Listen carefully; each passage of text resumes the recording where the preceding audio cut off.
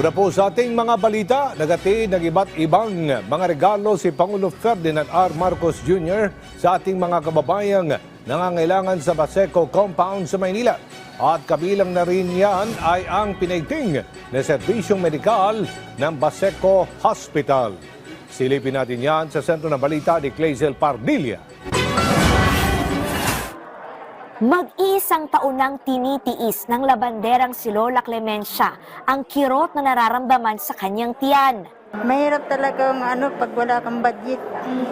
Kinikita ko lang sa 300. Pero matapos ang matagal na pamimilipit sa sakit, ngayong araw nakapagpakonsulta na siya at nabigyan pa ng libreng gamot. Pasalamat nga ako may libre. Kasi wala naman akong inaasahan dahil ako lang. Naiiyak ka?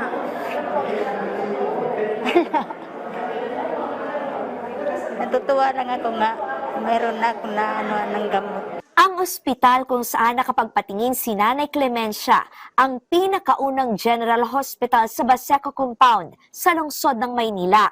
Ito ang President Corazon C. Aquino General Hospital na binisita ni Pangulong Ferdinand R. Marcos Jr. ngayong araw.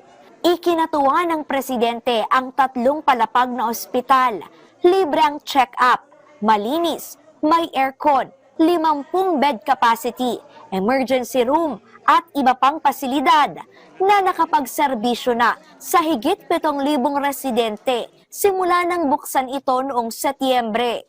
At para marami pa ang mabenepisyuhan, naglaan ng 15 milyong pisong tulong ang tanggapan ng Pangulo para sa Baseco Hospital. Ito ay ginawa ng ating local government. Kami naman sa national government, lahat ng suporta, lahat ng benepisyo na maaring gawin ng pamahalaan ay gagawin natin.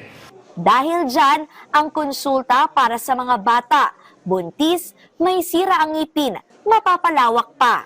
At yung bibigay po ng ating Pangulo ay napakalaking tulong para ipandagdag sa mga bilihin na mga kinakailangan namin gamit para sa ospital na ito. Gamit pang opera, syempre, at mga makabagong gamit para sa OB-GYN. At sana, para rin kami, bigyan din kami ng dialysis center. Tiniyak ni Pangulong Marcos ang patuloy na pagtutok sa kalusugan ng mga Pilipino na isa sa prioridad ng administrasyon. Hinikayat niya na magparehistro bilang miyembro ng PhilHealth para makatanggap ng mga kinakailangang serbisyong medikal. Kabilang dyan ang Yakap Clinic. Wala nang gagastusin sa pagpapacheck up at screening. Bayad na rin ang bill ng mga pasyenteng dinadala sa mga pampublikong ospital ng Department of Health sa tulong ng zero balance billing. Pinalawak din ang benefit package ng PhilHealth. Halimbawa, ang dating hanggang 600,000 pesos na binabayaran ng ahensya sa mga nagpa-opera sa bato, itinaas na hanggang 1 milyong piso. May gamot up na rin kung saan maaring makatanggap ng libreng gamot ang mga pasyente.